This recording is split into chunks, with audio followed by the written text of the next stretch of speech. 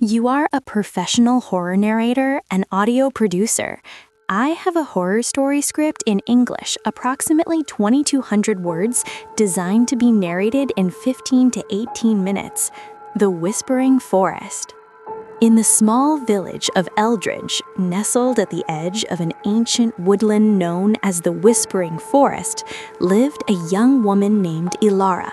She was 25, curious and a bit rebellious, always drawn to the stories the elders told around the fire.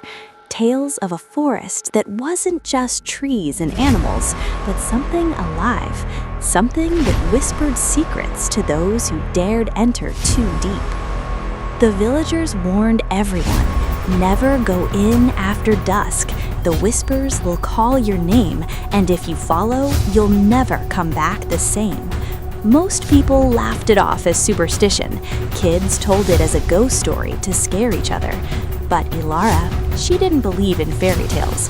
She was practical, worked as an herbalist, gathering plants from the forest's edge during the day. Whispers are just the wind, she'd say with a smirk. One autumn evening, as the sun dipped low and painted the sky in blood-orange hues, Elara decided to venture deeper than ever before. She needed rare moon-bloom flowers, said to only open under the full moon, for a remedy to help her sick grandmother. The full moon was tonight, and the flowers grew in the heart of the forest. "I'll be in and out before dark," she told herself, packing a lantern, a knife, and a basket. As she crossed the invisible boundary where the village fields ended and the trees began, the air grew cooler. The forest was beautiful at first, tall oaks with leaves turning gold and red, moss-covered stones, and the soft crunch of fallen branches under her boots. Birds sang faintly in the distance. Elara hummed to herself, feeling adventurous. But as she walked farther, the light faded faster than expected. The canopy above thickened, blocking the sky. Shadows stretched like fingers across the path. She found the moonblooms sooner than she thought, a small clearing bathed in silvery moonlight, flowers glowing softly like stars on the ground. She knelt to pick them, smiling. See? Nothing to fear. Then it started. A faint whisper. At first, she thought it was the wind rustling leaves, but it sounded like words. Elara. She froze. Her name, clear as day, carried on the breeze. "Hello?" she called out, standing up quickly. Her voice echoed strangely, swallowed by the trees. No answer, just silence.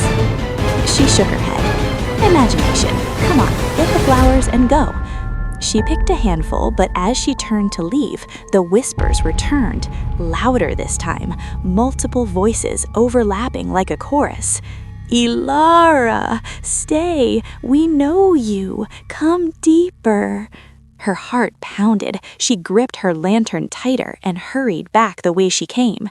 But the path, it looked different. Trees she didn't remember. No familiar landmarks. The whispers grew insistent. "You're lonely, Elara. We see it. Your grandmother will die anyway. Stay with us. Forever young, forever free." How did they know about her grandmother?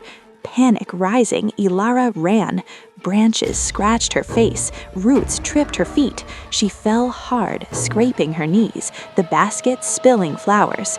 When she looked up, shapes moved in the shadows.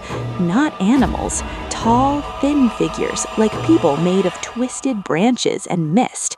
Their faces were blank at first, but then they shifted. One looked like her mother, who had died when Elara was a child. Another like her childhood friend who had moved away years ago. "Mama?" Elara whispered, tears stinging her eyes. The figure smiled, a wide, unnatural grin with too many teeth. "Come home, darling. We've been waiting." Elara screamed and bolted again. The whispers turned to laughter, echoing all around. The forest seemed to shift, paths looping back on themselves. She ran for what felt like hours, her lantern flickering low on oil. Finally, exhausted, she collapsed against a massive ancient tree.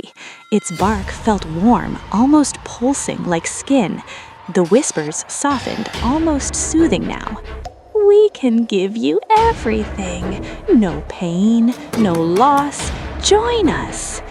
Visions flooded her mind, beautiful ones, endless meadows, her grandmother healthy and laughing, her mother alive, friends forever.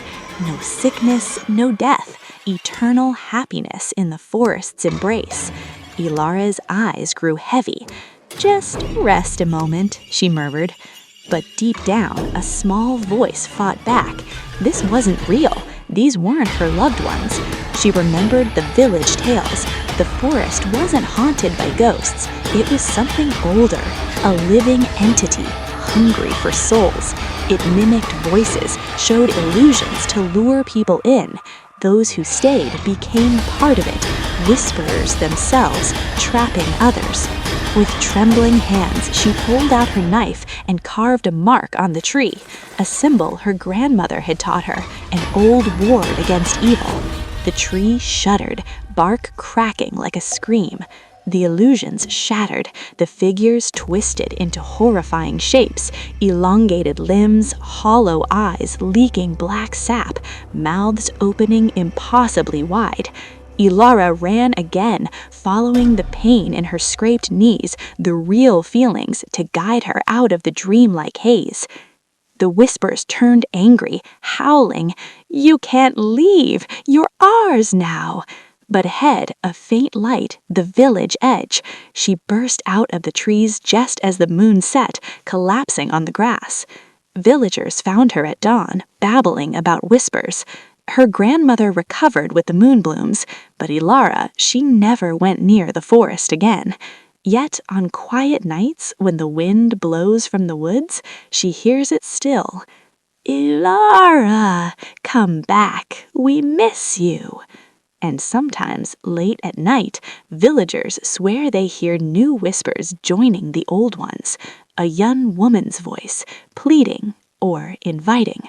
The forest is always hungry.